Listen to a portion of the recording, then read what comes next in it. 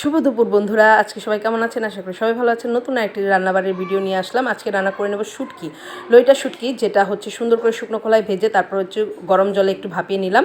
তারপর এখানে হরেক রকমের সবজি দিয়ে আজকে রান্না করব। কচু, পটল, ঝিঙা, ধুন্দল, আলু, বেগুন, অনেক কিছু, গাজরও দিয়েছি। তো এখানে এই তো শুটকিটা ভেজে নেব তেলে। তো তার পাশাপাশি ডাল বসিয়ে দিয়েছি, অনেকগুলো রসুন আর পেঁয়াজ দিয়ে, কাঁচামরিচ দিয়ে শুটকিটা একটু ঝালঝাল করে রান্না করব। যদিও ওর বাবা খেতে এটা একদম অপছন্দ করে, কিন্তু আমি বাচ্চা কাচ্চা নিয়ে খাবো।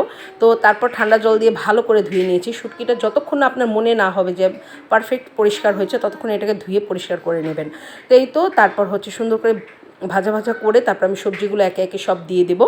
তারপর দিয়ে এটাকে সামান্য ভালো করে কষিয়ে নেবো। আর এখানে একটু জলও লাগবে না, সবজি থেকে বের হওয়া যে জলটা, সেটা দিয়ে এটা রান্না হয়ে যাবে। একদম ভাজা ভাজা করে রান্না হবে, ভুনা ভুনা করে। এই তো দেখেছেন আমি মোটামুটি আমার সবজি অর্ধেক হয়ে গেছে, যতটা দিয়েছিলাম সব কমে গেছে। এর পাশাপাশি করে নেব হচ্ছে ধুন্দুল আর আলু দিয়ে একটা মাছের তরকারি, তেলাপিয়া মাছের তরকারি। তো এই তো এটা হচ্ছে ওর বাবার জন্য।